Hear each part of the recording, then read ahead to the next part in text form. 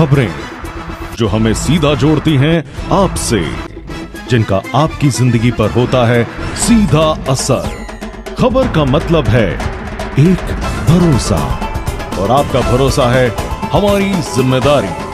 ATL TV, भरोसा अलवर का। नमस्कार, ATL टीवी के सभी दर्शकों का स्वागत है। खबरों के साथ मैं अर्चना जैन। बढ़ते हैं आज की हेडलाइंस के साथ।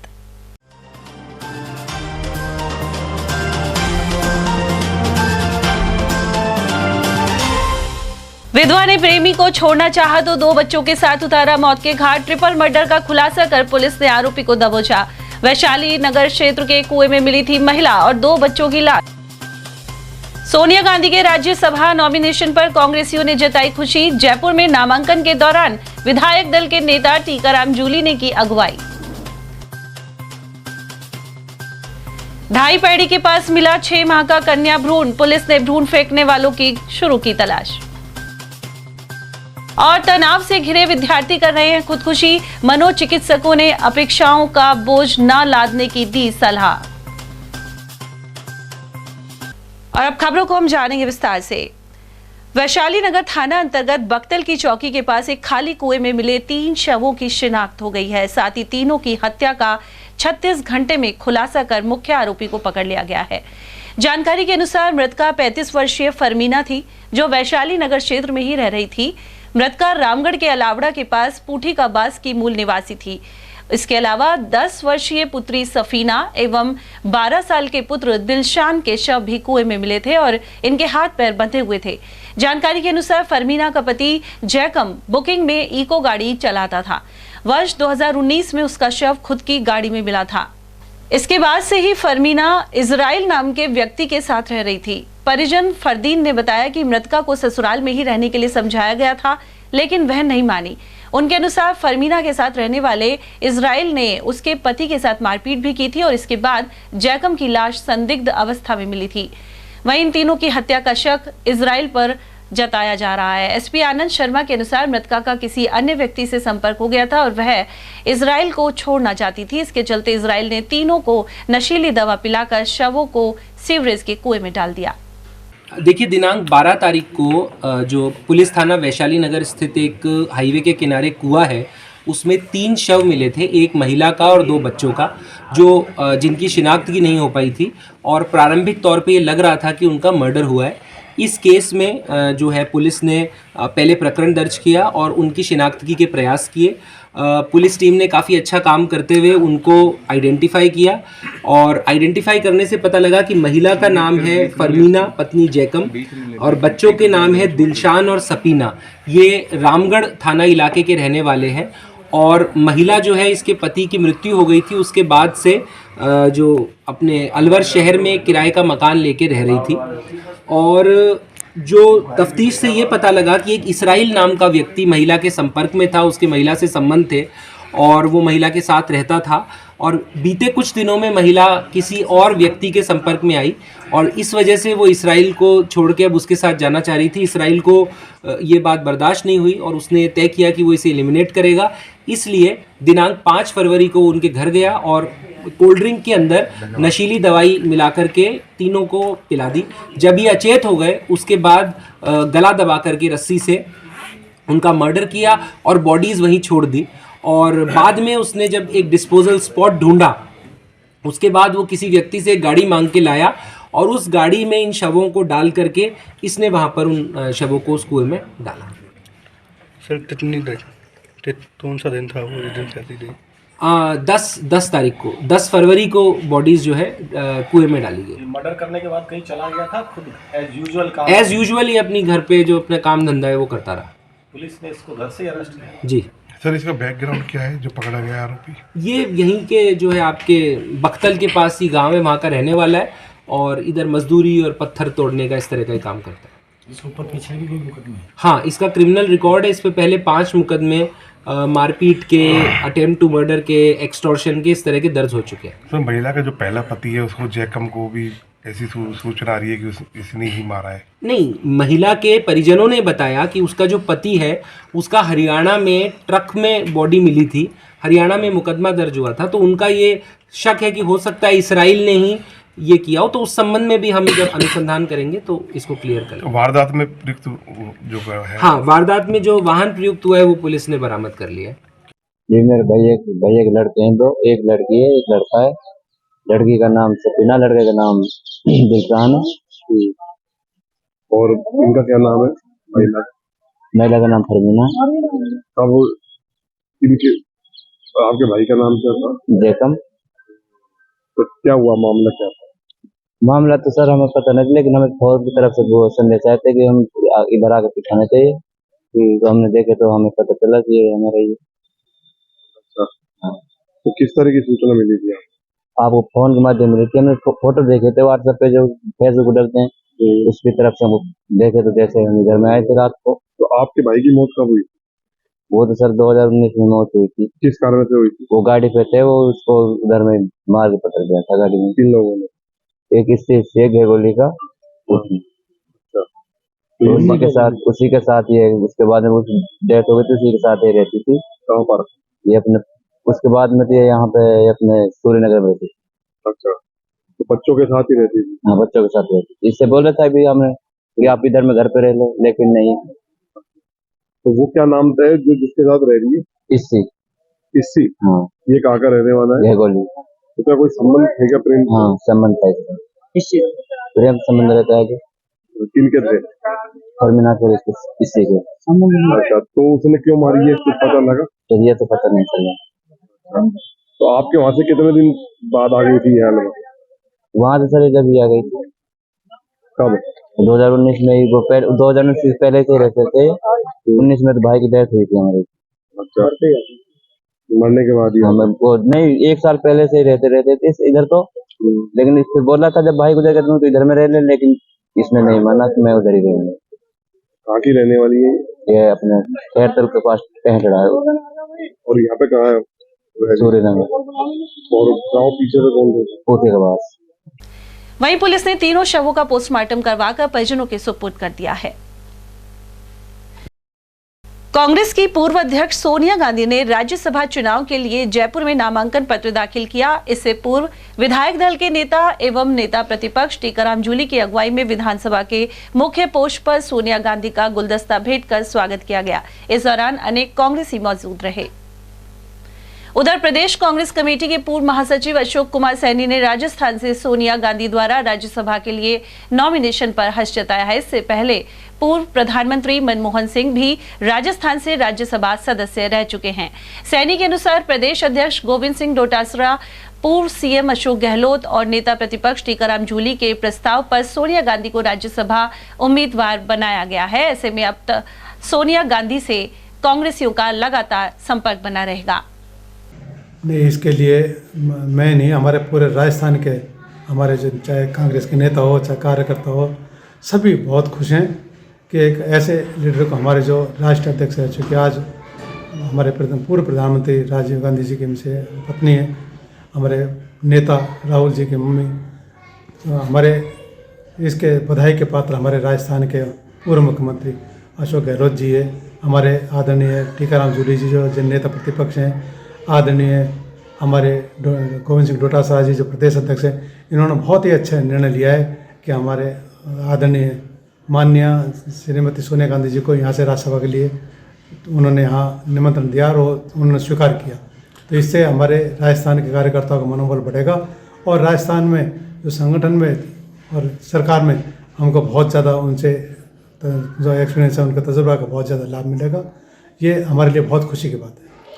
सर, आपको लगता है कि राज्यसभा बनकर जाएंगी तो सोनिया गांधी जी का राजस्थान के प्रति लगाव बढ़ेगा, आना जाना रहेगा, कार्यकर्ताओं का मेलजोल रहेगा, तो राजस्थान को फायदा होगा? ये तो स्वाभाविक है।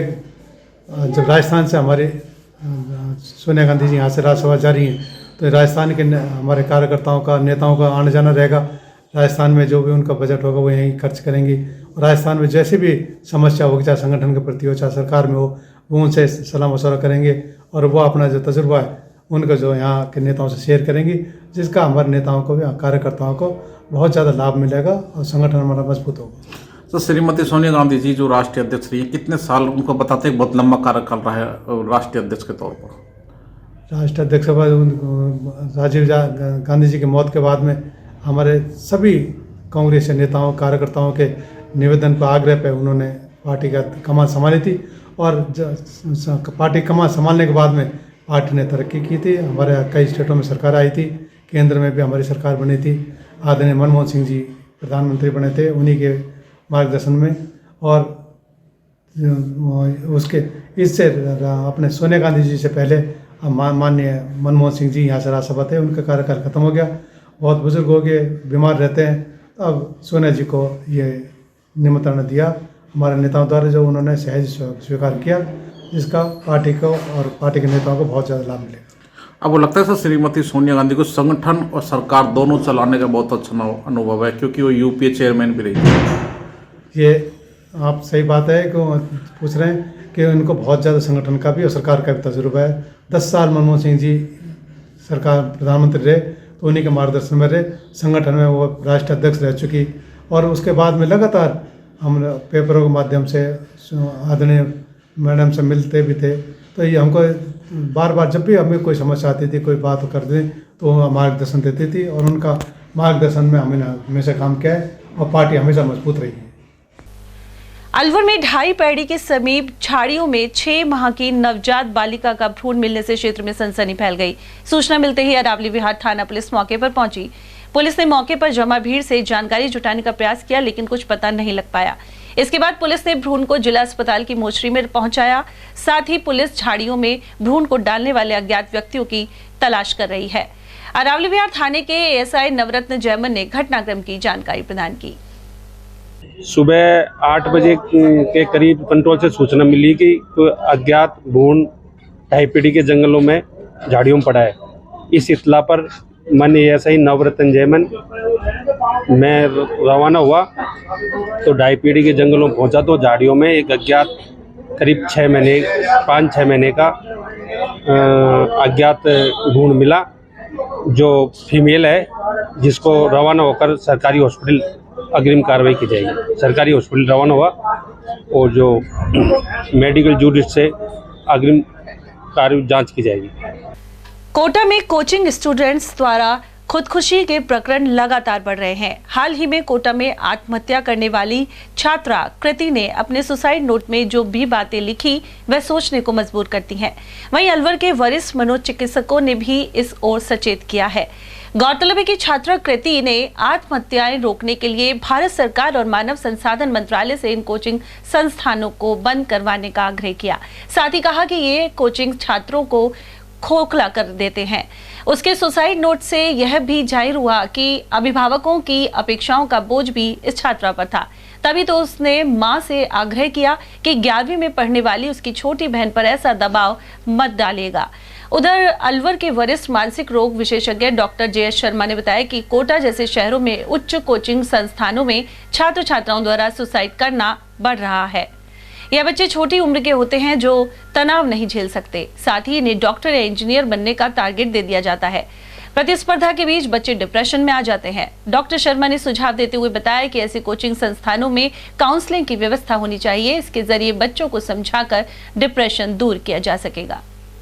ये तो आजकल एक कॉमन सी समस्या हो गई है कि कोचिंग इंस्टीट्यूट में या ऐसी जगह जहाँ पे कोचिंग सेंटर्स ज़्यादा हैं, जैसे कोटा, सीकर, वहाँ पे आजकल ये बच्चे सुइसाइड कर लेते हैं।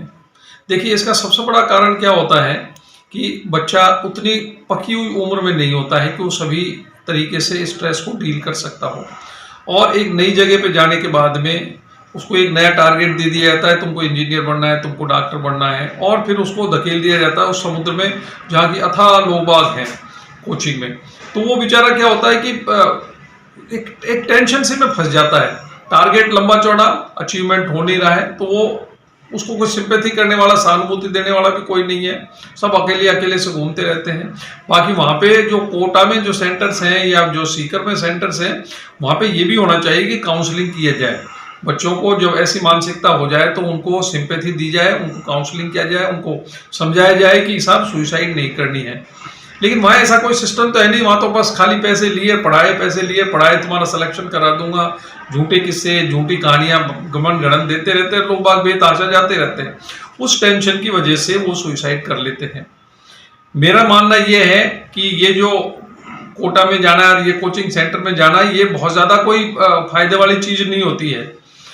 माँ बाप के पास में रह के और अपने संरक्षक के पास में रह के लोग जो तैयारी करते हैं वो भी सेलेक्ट होते हैं। तनाव कितना रहता है सर, इन पर क्या डाल दिया जाता है सब जिससे तनाव हो जाता है? अरे वहां जाने के बाद में तनाव इस तरह का हो जाता है कि वहां तो टारगेट दे देते हैं, आज तुमको ये तैयारी करनी है, हर सप्ताह इम्तिहान होते रहते हैं, उसमें नहीं आए तो बोले कि साहब आपका सिलेक्शन नहीं होगा, और बेचारा बच्चा परेशान हो जाता है। उस परेशानी के झंझट से निकलने के लिए फिर वो सुइसाइड कर लेता है। और इसमें रोक बचाव क्या? इस पे सबसे ज्यादा चीज क्या है कि वहाँ कोचिंग सेंटर्स में आपके क्या होना चाहिए कि काउंसलर्स भी होने चाहिए, साइकोलॉजी जो डील करते हों, अच्छे से साइकोलॉजी कर पाते हों, वो काउंसलर्स की बहुत ज़्यादा ज़रूरत होती है। और मेरा तो मानना ये है कि माता पिता के संरक्षण में बच्चा तैयारी करे। देखिए क्या होता है कि हमेशा कोचिंग सेंटर्स में उन 5-10% जो टॉप पे होते हैं ना, उनको हाईलाइट किया जाता है। उनको कभी हाईलाइट नहीं किया जाता जो नीचे 30% के हैं, 40% के, 50% के हैं। और सुइसाइड वही लोग 30-40% वाले करते हैं, कभी वो टॉप % वाला नहीं करेगा। उसको तो चाहे कहीं किसी भी गांव दूर दराज के में कर दो तो सेलेक्ट होगा ही।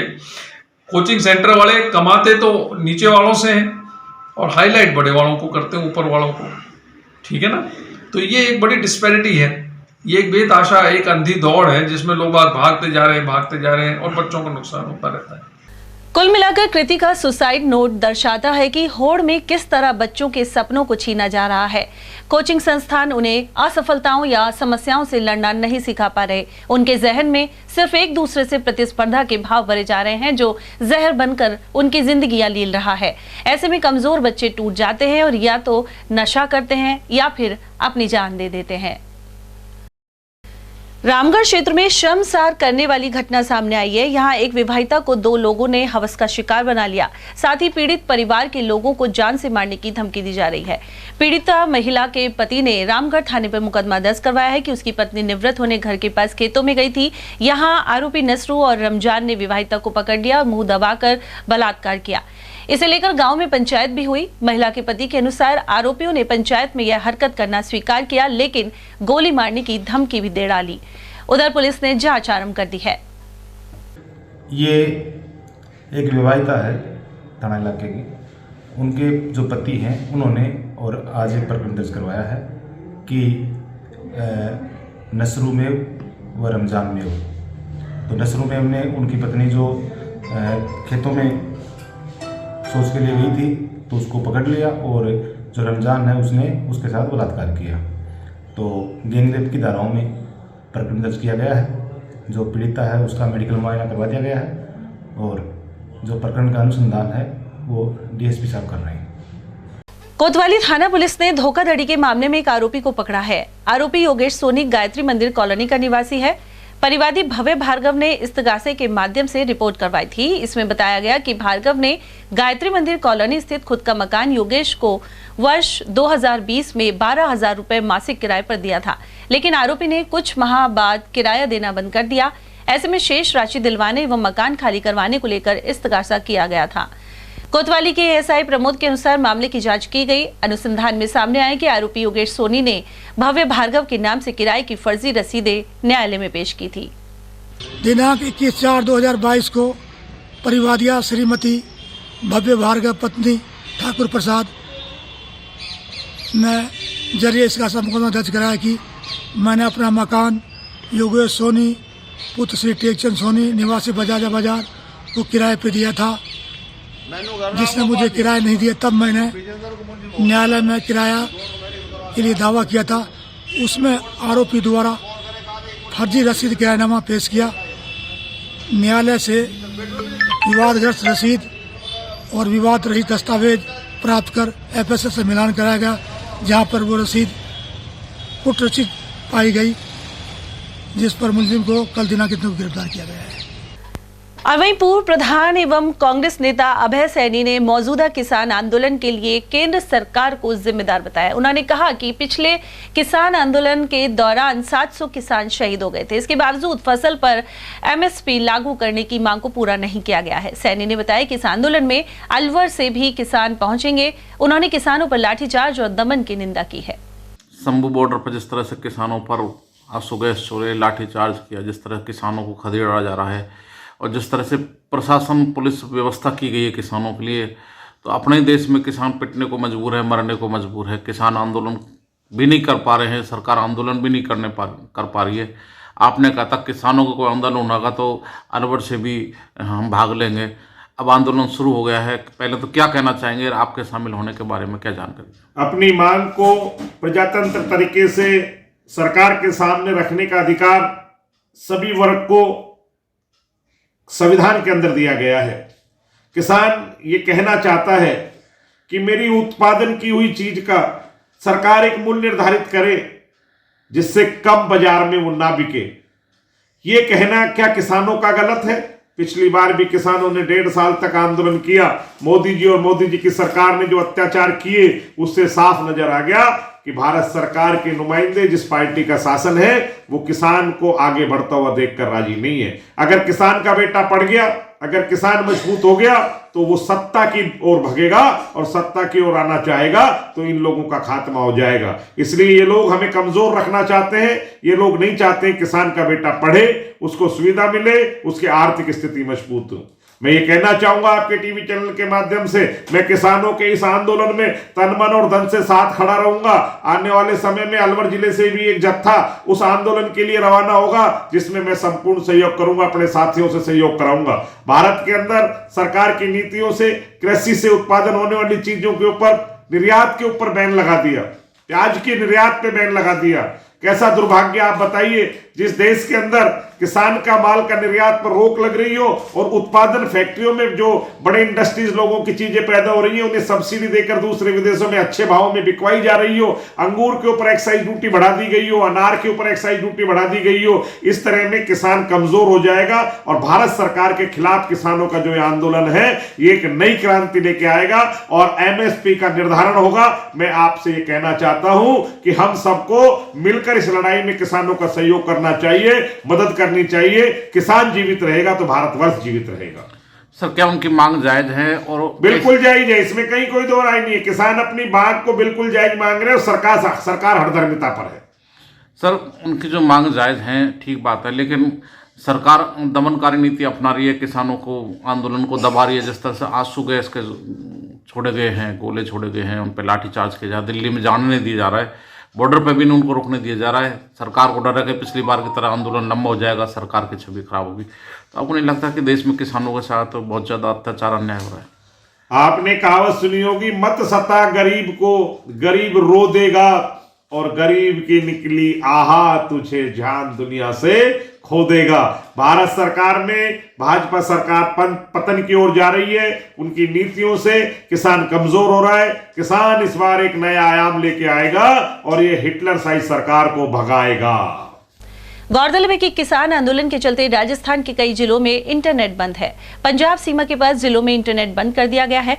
किसान श्री गंगानगर से पंजाब के रास्ते दिल्ली की तरफ कूच करने की रणनीति बना रहे हैं। ऐसे में उन्हें रोकने के लिए पंजाब राजस्थान के साधुवाली बॉर्डर को सीज किया जा चुका है। उधर हरियाणा से लगते अलवर बॉर्डर पर भी सतर्कता जारी है। अलवर कृषि उपज मंडी में सरसों की आवक की शुरुआत हो गई है। फिलहाल कम ही मात्रा में सरसों आ रही है। वहीं दाम 4500 से लेकर 5100 प्रति क्विंटल बने हुए हैं। कारोबारी अभय सैनी के अनुसार पिछली बार सरसों 9000 रुपए प्रति क्विंटल के भाव से बिक रही थी, लेकिन केंद्र सरकार की नीतियों के कारण इस बार किसानों को करीब आधी कीमत मिल पा रही है। इसके अलावा किसानों की आय वर्ष 2022 तक दोगुनी करने का दावा पूरा नहीं हो पाया है। सैनी ने विदेश तेलों के आयात पर भी सवाल उठाए हैं। उन्होंने कहा कि परेशान किसान केंद्र सरकार से न्यूनतम समर्थन मूल्य घोषित करने का कानून बनाने की मांग कर रहे हैं। अलवर में मंडी में नई सरसों की आवक चालू हो गई है। अभी थोड़ा अराइवल है। बाजार 5100 रुपये कंडीशन पे माल बिक रहे हैं। मॉइस्चर के आधार पर माल बिकता है। अभी बाजार 4500 से 4850 रुपये तक के माल बिके हैं। आने वाले समय में सरसों में कोई बहुत ज़्यादा तेजी नज़र नहीं आती है। सरकार के द्वारा जो स्टॉक किया गया है उसमें भी अभी माल बाकी है। अन्य देशों से भिन्न भिन्न तरह के तेल आ रहे हैं। उन तेलों की मिक्सिंग करके सरकार ने बेचने की परमिशन दे रखी है। उससे माल अभी तेजी की ओर जाता हुआ रुख नज़र नहीं आता। दुर्भाग्य है इस किसान का, जिस देश के अंदर एमआरपी पर माल बिकते हों, प्रोडक्शन की कॉस्ट स्वयं मालिक तय करता हो, जिस देश के अंदर एमएसपी निर्धारित नहीं हो पा रही है।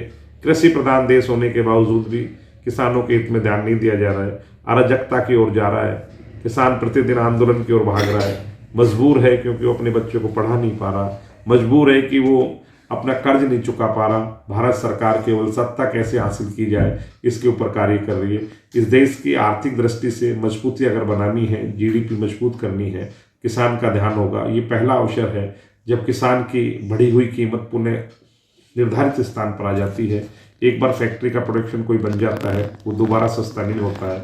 जो सरसों 9,000 रुपये तक बिक गई, वो आज 4500 रुपये में बिकने को मजबूर है।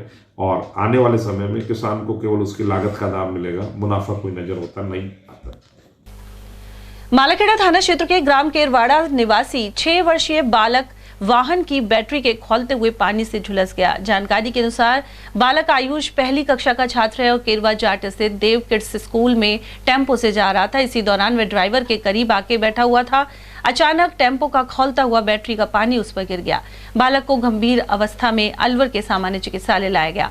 वहीं टेम्पो चालक मौके से फरार हो गया। बालक की मां मंजू ने बताया कि स्कूल संचालक टेम्पो को धक्के लगाने के लिए भी बच्चों का इस्तेमाल करता है। वो आगे बैठ के आ रहे थे, पता नहीं टेम्पो में ऐसे बोलती थी वो गर्म पानी की टंकी रहती है, अब उसमें से पता नहीं वो हीट मार के खुली है, पता नहीं कैसे खुली है, और उससे मतलब वो जल गया पूरी तरह से पैर भी। और अगर वो पानी ऊपर भी आ सकता था, जैसे छल मार के पैर पे गए तो मुँह पे भी जा सकता था। तो खाल पूरी जड़ के और पलटी हुई थी, खाल भी नहीं थी पैर पे, तो वो तो पहले से पूरी तरह जल चुका था। और उन्होंने मतलब पैंट ऐसे देखा नहीं बच्चों को कि भाई देख लो पहले कि भाई बच्चे कितना जड़ा है। हाँ, Anil. Rajasthan medical relief society की बैठक सामान्य चिकित्सालय स्थित पीएमओ कक्ष में आयोजित की गई। जिला कलेक्टर आशीष गुप्ता की अध्यक्षता में हुई बैठक में अनेक मुद्दों पर चर्चा हुई। वहीं मेडिकल कॉलेज का दर्जा मिलने के बाद सामान्य चिकित्सालय में होने वाले निर्माण कार्य को लेकर समीक्षा की गई। वहीं जिला कलेक्टर ने यहां आधिकारिक रूप से कार्यरत 62 कर्मचारियों के साथ अब 25 कर्मचारियों को और नियुक्त करने के निर्देश दिए हैं। गौरतलब है कि इन 62 कार्मिकों की गलत नियुक्ति के आरोप भी लगे थे। बहरहाल अब 88 कर्मचारी यहां कार्य कर सकेंगे।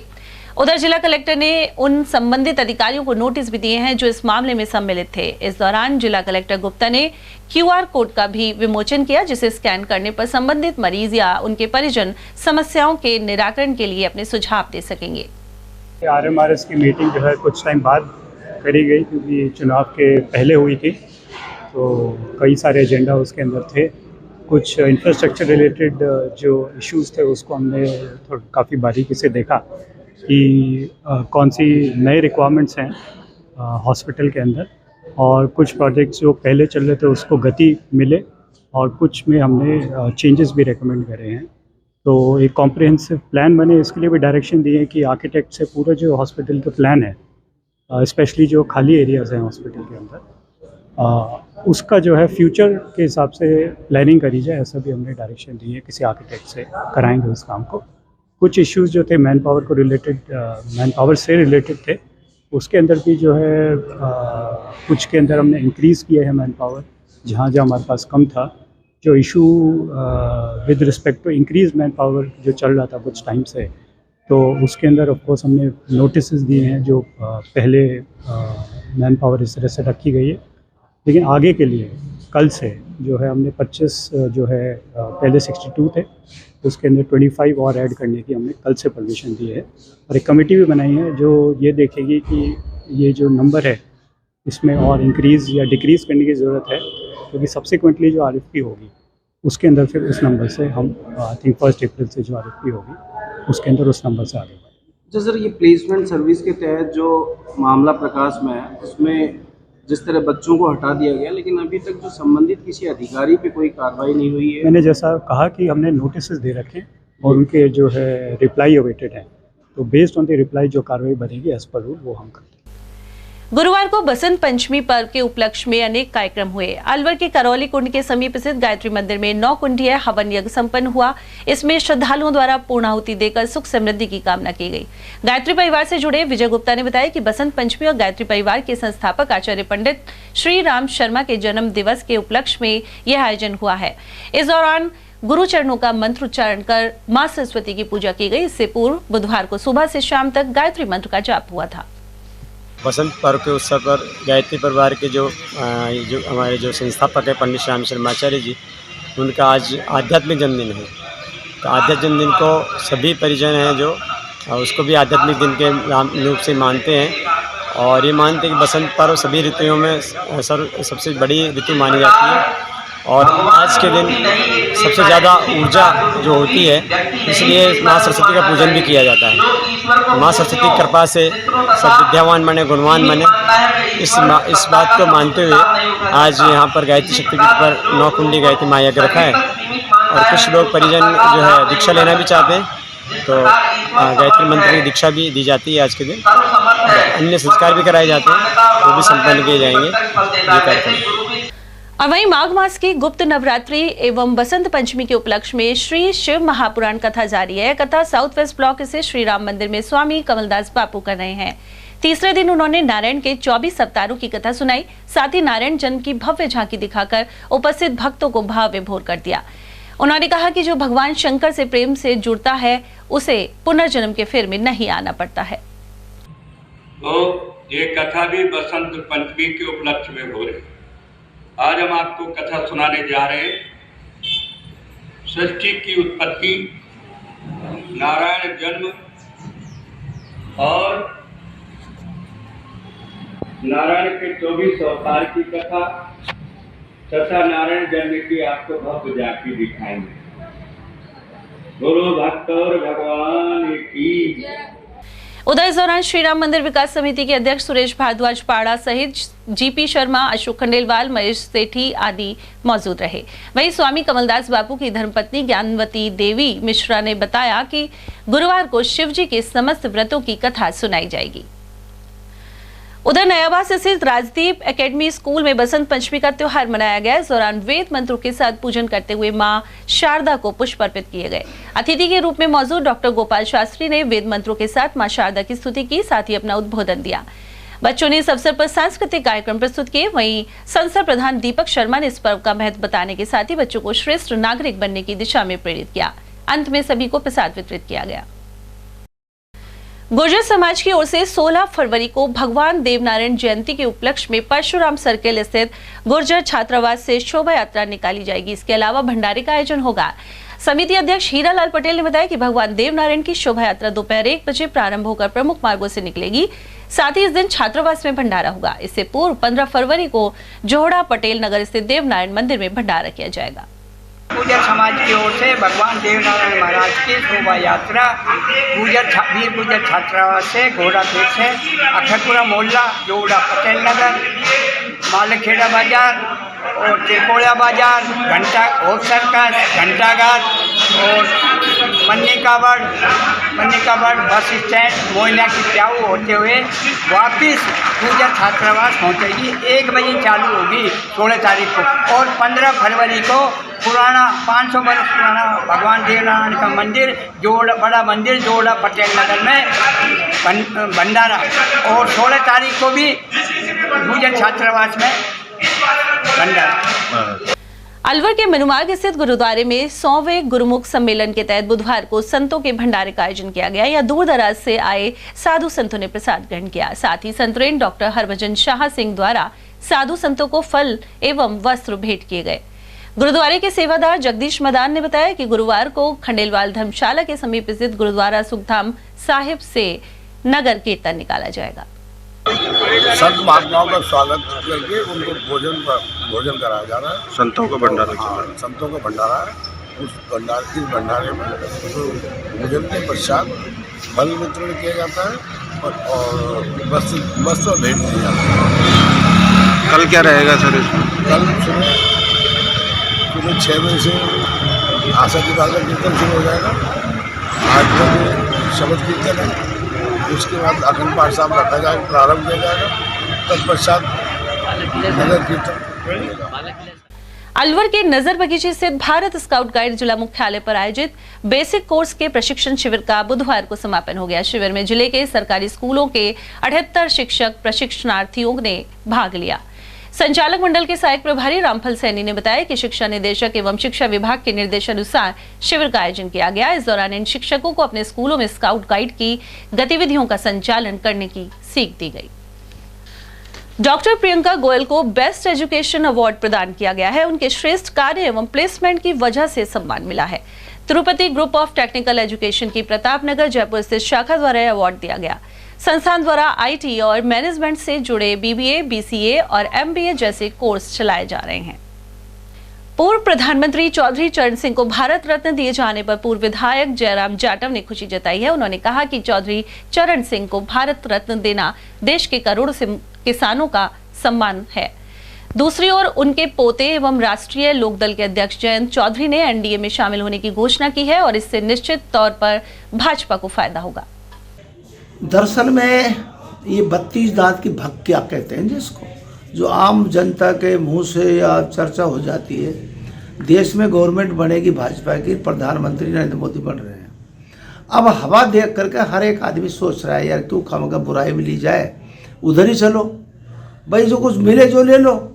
अब वो 2 सीट दें उनको या 3 दें 4 दें वो जाने, लेकिन समय को देख के लोग घूम रहे हैं। भारतीय जनता पार्टी गवर्नमेंट इसलिए बनेगी कि भारतीय जनता पार्टी बढ़ता वो चलती हुई ट्रेन है। अब बहुत सी ट्रेनें खड़ी, कांग्रेस तो बैठी है। कांग्रेस के लोग, कांग्रेस की जो नीति है वो ठीक नहीं है। तो आपको लगता है कि इस बार हवा का रुख भाजपा के साथ है, भाजपा की गवर्नमेंट बनने जा रही है? 1000% बनेगी। आप किसी से पूछे तो भाजपा कहते हैं, देश के प्रधानमंत्री नरेंद्र मोदी के पक्ष में बात करते हैं। आपको लगता है किसान वर्ग राष्ट्रीय लोकदल से जयंत चौधरी किसान की जो पार्टी है, चौधरी चरण सिंह का जो ग्रुप है, उससे फायदा मिलेगा मोदी सरकार को? दरअसल में चौधरी चरण सिंह किसान नेता रहे हैं, देश के प्रधानमंत्री रहे। आज भी उनका इतना मान सम्मान तो उत्तर प्रदेश की जनता, राजस्थान के लोग, मध्य प्रदेश के लोग करते ही हैं। तो जयंत चौधरी उनके पोते हैं, चौधरी चरण सिंह जी के, स्वर्गीय प्रधानमंत्री जी के, तो उनका इतना सम्मान तो ये लोग करेंगे और उसमें भाजपा को बहुत बड़ा लाभ होगा। महावीर इंटरनेशनल के अलवर केंद्र की ओर से आचार्य हस्ती चिकित्सालय में गुरुवार को निःशुल्क नेत्र जांच एवं ऑपरेशन शिविर लगाया जाएगा। केंद्र सचिव सूर्यकांत भारद्वाज ने बताया कि शांति कुंज स्थित अस्पताल में सुबह 9 बजे से 11 बजे तक शिविर लगेगा। इस दौरान नेत्र जांच कर मोतियाबिंद के मरीजों को चिन्हित किया जाएगा। इन रोगियों के निःशुल्क ऑपरेशन किए जाएंगे। और यहाँ वक्त एक छोटे से ब्रेक का, देखते रहिए आप ATL टीवी। हीरे, सोने, चांदी के जेवरातों के विक्रेता दुर्गा प्रसाद सुनील दत्त ज्वेलर्स, बजाजा बाजार, Alwar.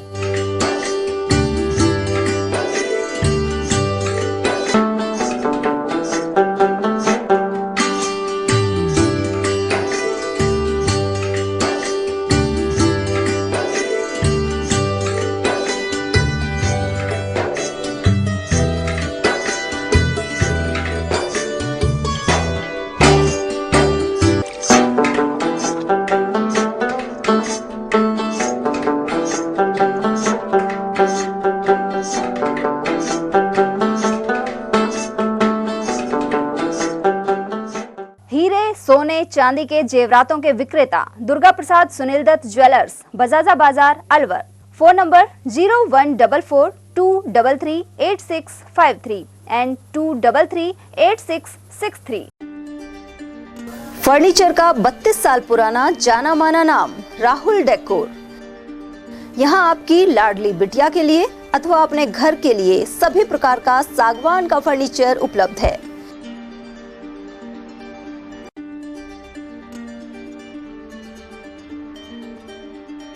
Double bed, dressing table, sofa set सागवान एवं कपड़े वाले तथा सेंटर टेबल, भट्टी कलर, स्टील अलमारी, ब्रांडेड एवं सॉफ्टी फोम के गद्दे आपकी नाप तोल से बनाए जाते हैं।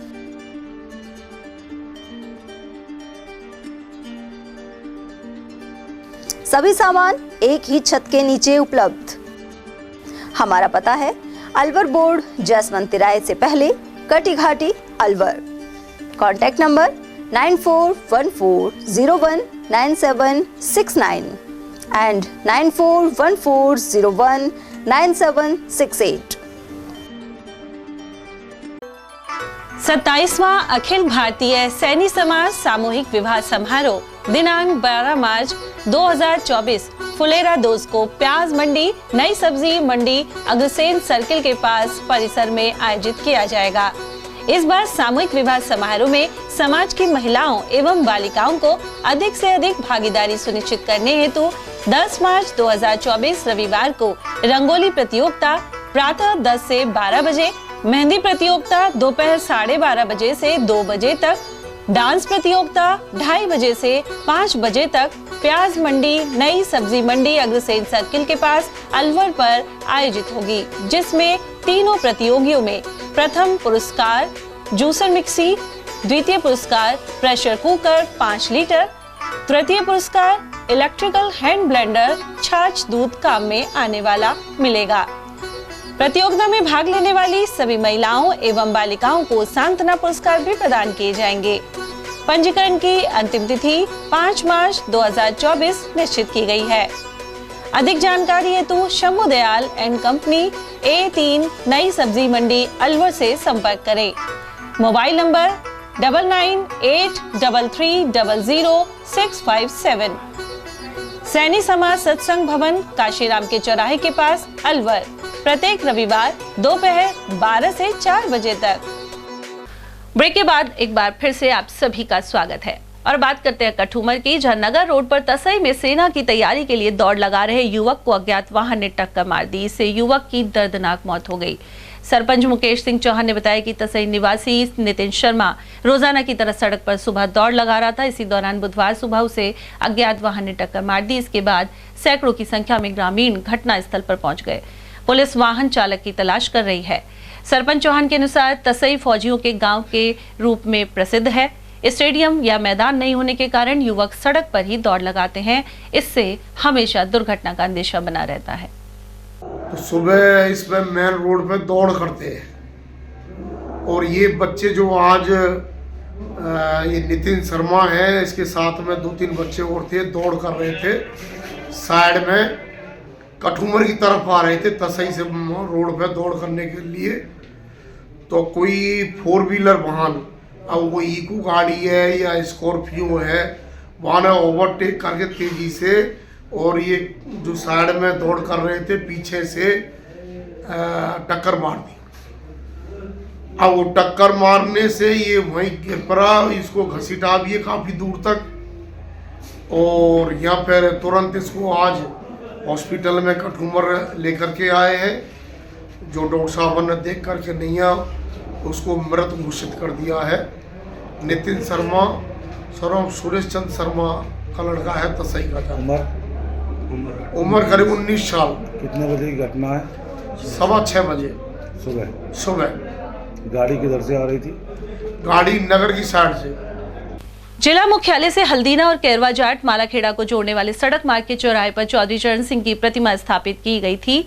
यहां अब चबूतरा निर्माण सहित अन्य विकास कार्य किए जा रहे हैं। इसके अलावा धूप और बारिश से बचने के लिए भी निर्माण हो रहा है। सर्व समाज की ओर से इस चौराहे पर प्रतिमा स्थापित की गई थी। ग्रामीण क्षेत्र में शमशान घाटों और कब्रिस्तान की साफ सफाई के लिए अलग से बजट नहीं आ रहा है। ऐसे में यहाँ अनुपयोगी कांटेदार घास खड़ी हो गई है। इसके चलते शव के अंतिम संस्कार के लिए ले जाने वाले लोगों को परेशानी का सामना करना पड़ता है। पीला ढाबा गांव के शमशान घाट में भी यही हालात दिखाई देते हैं। सरपंच सुनीता यादव का कहना है कि केंद्र और राज्य सरकार से फिलहाल बजट नहीं आया है। वहीं समाजसेवी राजेश कुमार ने समस्या की जानकारी दी। मालाखेड़ा उपखंड क्षेत्र के गांव मंडावरा में मंगलवार की देर रात्रि पशुओं के बाड़े में बघेरा घुस गया। यहां उसने 2 गौवंश का शिकार कर दिया। इसे लेकर पूरी बस्ती में भय का माहौल है। वहीं सरिस्का के कर्मचारी बुधवार सुबह गांव में पहुंचे और निरीक्षण किया। यह बघेरा ग्रामवासी रोहिता शर्मा और कविता शर्मा के पशु बाड़े में घुस गया। साथ ही एक गाय एवं एक बछड़े का शिकार कर दिया। इससे पहले भी गाँव में बघेरा कई गौवंश का शिकार कर चुका है। मालाखेड़ा उपखंड क्षेत्र में रसद विभाग ने राशन डीलरों के साथ मीटिंग का आयोजन किया। खाद्य सुरक्षा विभाग की ओर से प्रत्येक परिवार में उपलब्ध रसोई गैस कनेक्शन का फिर से सर्वे किया जाएगा। इसे लेकर उपखंड अधिकारी देवी सिंह की मौजूदगी में रसद विभाग के प्रवर्तन निरीक्षक रणधीर सिंह ने आवश्यक जानकारी प्रदान की। इसके अलावा क्षेत्र के समस्त राशन डीलर मौजूद रहे। और वहीं मालाखेड़ा क्षेत्र में बुधवार को बसंत पंचमी उत्सव मनाया गया। ग्राम पृथ्वीपुरा स्थित महात्मा गांधी राजकीय विद्यालय में सर्वप्रथम मां शारदा के सामने द्वीप प्रज्वलन हुआ।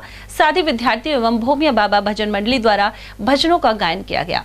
भामाशाह कुंदनलाल गुप्ता ने मेधावियों को पुरस्कृत किया।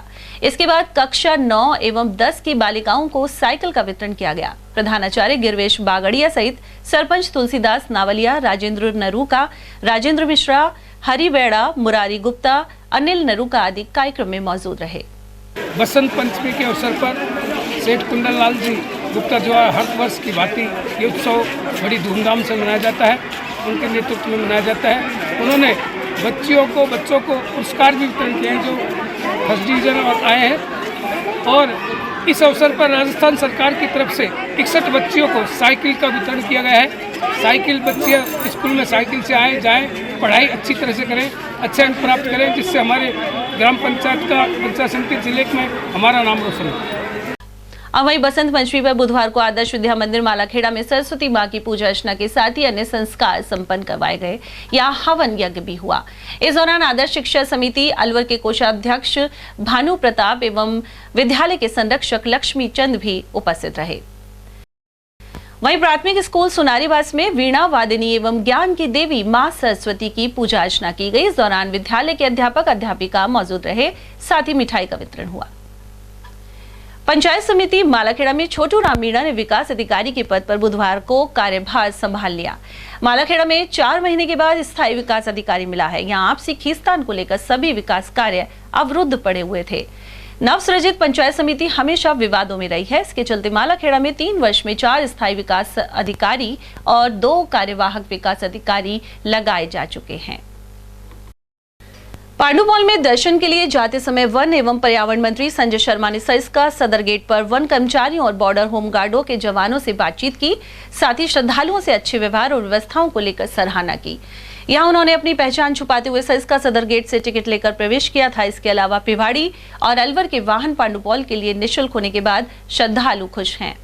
वहीं उन्होंने पांडुपौल हनुमान जी महाराज के दर्शन कर क्षेत्र में खुशहाली के लिए कामना की।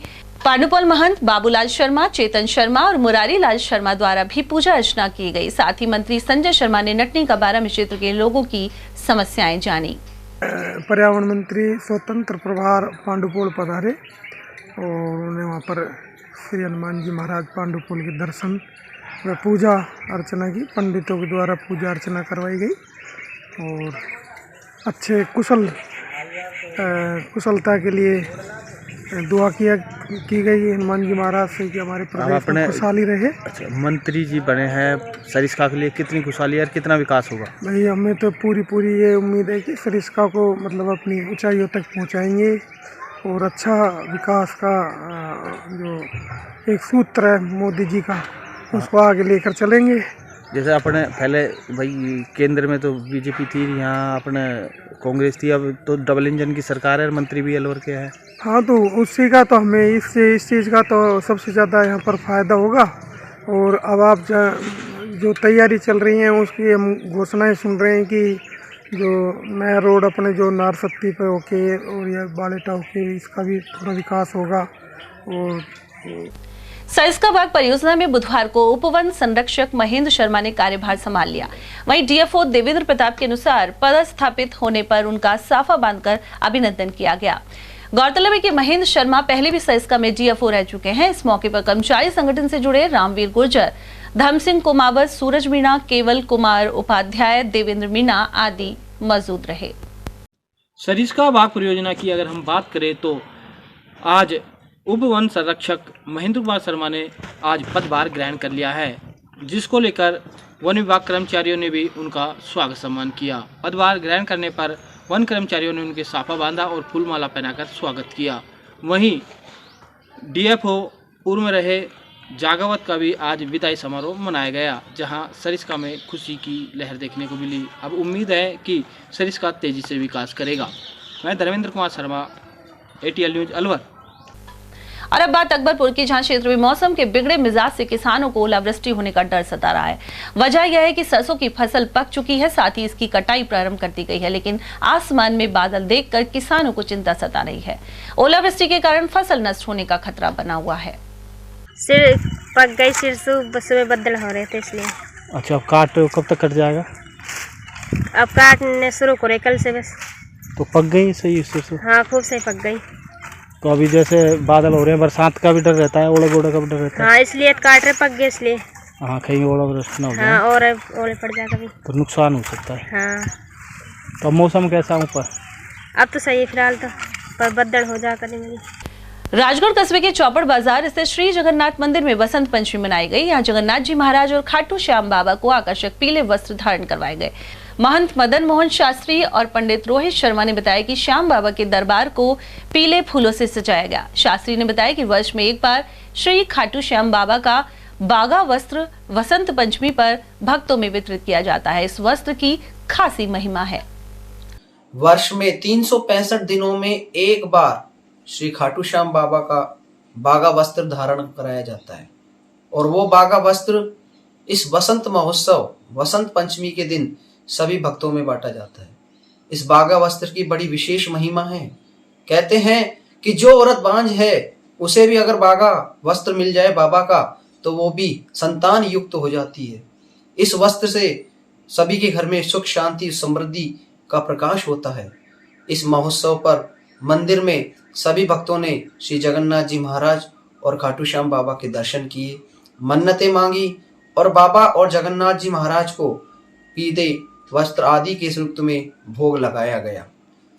इस मौके पर सैकड़ों भक्तों ने दर्शन किए। सकट कस्बे के श्री बांके बिहारी जी महाराज मंदिर में मंगलवार रात्रि को विशेष आयोजन हुआ। मंदिर में विराजित गणेश जी एवं हनुमान जी महाराज की मूर्तियों की प्राण प्रतिष्ठा समारोह की द्वितीय वर्षगांठ मनाई गई। इस मौके पर मंदिर में श्रद्धालुओं ने केक भी काटा। इसके अलावा रात्रि जागरण हुआ। श्रद्धालु रामकेश मीणा ने आयोजन की जानकारी दी। वहीं भजनों पर कई महिला श्रद्धालुओं ने नृत्य किया। जागरण का समापन महाआरती के साथ किया गया।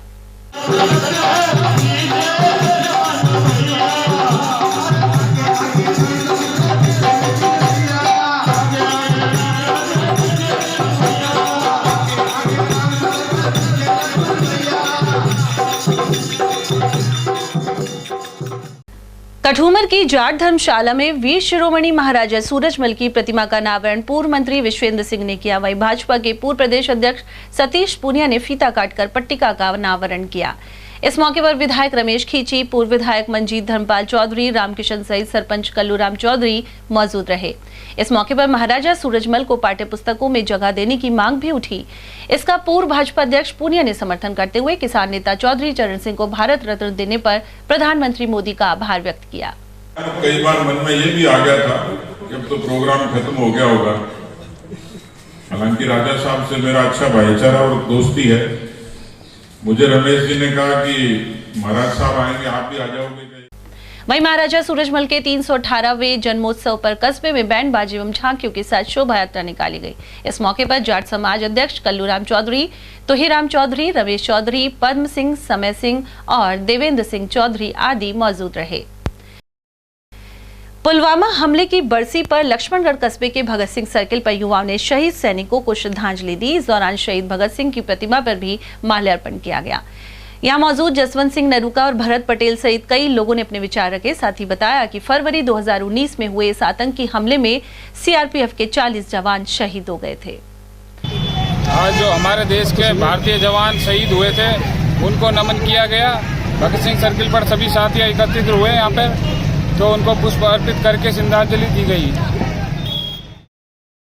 लक्ष्मणगढ़ में हिंगोटा और कफनवाड़ा के बीच तेज रफ्तार बोलेरो पिकअप ने बाइक को टक्कर मार दी। हादसे में बाइक सवार एक युवती सहित 2 लोग गंभीर रूप से घायल हो गए।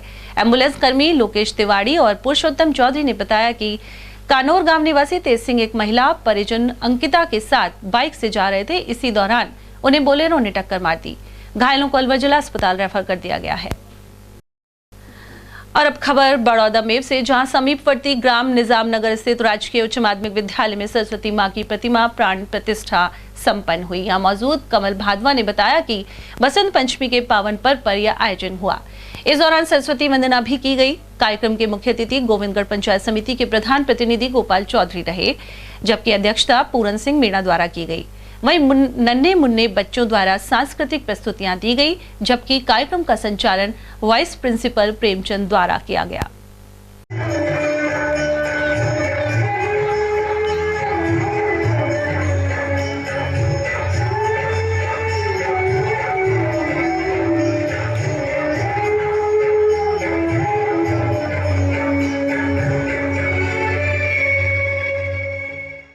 राजकीय उच्च माध्यमिक विद्यालय निजामनगर में सरस्वती माँ की प्राण प्रतिष्ठा की गई।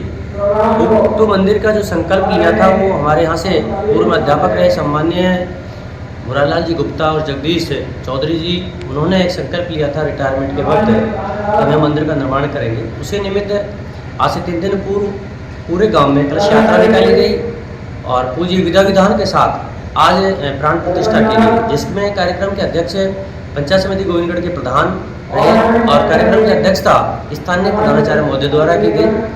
प्राण प्रतिष्ठा के पश्चात भंडारे का आयोजन किया गया है और हम सभी ईश्वर से माँ सरस्वती से प्रार्थना करते हैं कि स्कूल का और गांव का विकास हो।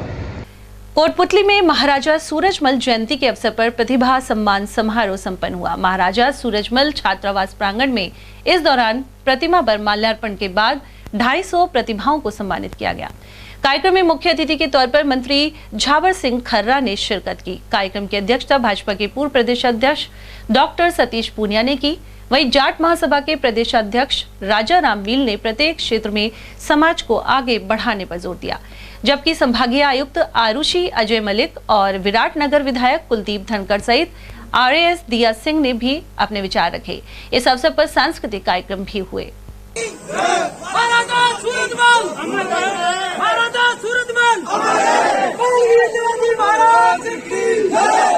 माननीय वरिष्ठ नागरिकगण, युवा साथीगण, छात्रावास के सभी विद्यार्थी बंधु, यहाँ के छात्रावास अधीक्षक सहित इस छात्रावास की संचालन समिति के सभी सम्मान्य सदस्यगण, में किसान खेत कल्याण के नाम पर हमेशा संघर्ष करने का काम किया। कई बार विधायक रहे, कई बार मंत्री रहे। स्वर्गीय हरलाल सिंह जी खर्रा साहब के सुपुत्र और राजस्थान सरकार में हमारे शहरी विकास मंत्री बड़े भाई जावर सिंह जी खर्रा साहब कार्यक्रम में उपस्थित, जिनको भी आप सबने सुना और इस छात्रावास से और आप सबसे बहुत जिनका लगाव रहता है, हमारे जयपुर की संभागीय आयुक्त वरिष्ठ IAS अधिकारी। मैं कुछ वर्ष पूर्व जब यहाँ आई थी तब ये हॉल निर्माण होने की ऐसी निर्माणाधीन था और तब ये कई ऐसी समस्याएं थी जो छात्रावास है इसमें आ रही थी। पहले तो मैं वार्डन साहब का बहुत बहुत साधुवाद दूंगी कि इस छात्रावास में अभी 85 बच्चे हैं और बहुत अच्छी उन्होंने सुंदर व्यवस्थाएं कर दी। तो सबसे ज्यादा जो साधुवाद के पात्र हैं वे वार्डन साहब हैं और जिस भूमि पे हम खड़े हैं वे सुखजी जाखड़ साहब के द्वारा जो ये दान में हमारे समाज को दी गई भूमि है। तो एक बार पुनः सुखराम जी जाखड़ साहब को पुनः बार बार नमन। वहीं कार्यक्रम में महाराजा सूरजमल जाट छात्रावास प्रबंध समिति के अध्यक्ष देवेंद्र दलाल ने सभी का आभार व्यक्त किया। श्री राम जानकी विवाह आयोजन समिति ने जरूरतमंद परिवारों की बेटियों का विवाह समारोह बसंत पंचमी को खैरतल स्थित पुरानी अनाज मंडी स्थित सभागार में आयोजित किया। इस दौरान 4 जोड़ों की शादी करवाई गई, साथ ही निकासी भी निकाली गई। लक्ष्मी नारायण मंदिर के पास स्थित सभागार में हुए इस कार्यक्रम में बेनामी आश्रम रेणागिरी के संत बालका देवाचार्य समिति के अध्यक्ष पुरुषोत्तम दास गुप्ता, मुख्य अतिथि युवराज शर्मा और महेश गोयल आदि मौजूद रहे। वहीं सेवा भारती के प्रांत सहमंत्री महेश गोयल ने संगठन के बारे में संक्षिप्त परिचय दिया। कार्यक्रम संयोजक योगेश गुप्ता योगी रहे। और अब बात करते हैं तिजारा की, जहां क्षेत्र के हिंगवाड़ा गांव में बसंत पंचमी पर हनुमान जी का विशाल मेला भरा, साथ ही रागिनी एवं भंडारे का आयोजन हुआ। पंचायत समिति के प्रधान जयप्रकाश यादव ने बताया कि हर वर्ष आयोजन किया जाता है। हनुमान मंदिर में शिवजी, श्री राम एवं शेरा वाली मां की मूर्ति स्थापना की गई है। कार्यक्रम के मुख्य अतिथि विधायक मोहन बालकनाथ रहे, साथ ही कलाकारों ने भजन प्रस्तुत किए।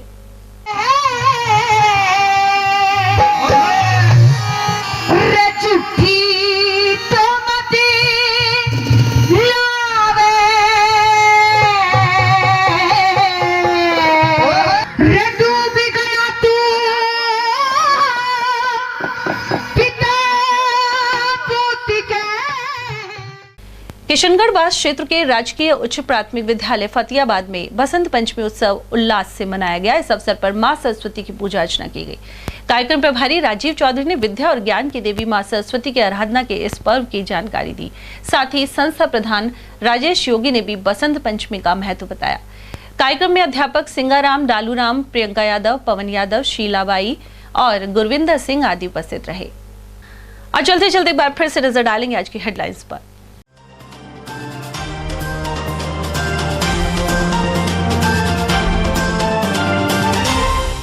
विधवा ने प्रेमी को छोड़ना चाहा तो 2 बच्चों के साथ उतारा मौत के घाट। ट्रिपल मर्डर का खुलासा कर पुलिस ने आरोपी को दबोचा। वैशाली नगर क्षेत्र के कुएं में मिली थी महिला और 2 बच्चों की लाश। सोनिया गांधी के राज्यसभा नॉमिनेशन पर कांग्रेसियों ने जताई खुशी। जयपुर में नामांकन के दौरान विधायक दल के नेता टीकाराम जूली ने की अगुवाई। ढाई पैड़ी के पास मिला 6 माह का कन्या भ्रूण। पुलिस ने भ्रूण फेंकने वालों की शुरू की तलाश। और तनाव से घिरे विद्यार्थी कर रहे हैं खुदकुशी। मनोचिकित्सकों ने अपेक्षाओं का बोझ न लादने की दी सलाह। इसी के साथ खबरों में आज इतना ही। दीजिए अर्चना जैन को इजाजत। नमस्कार।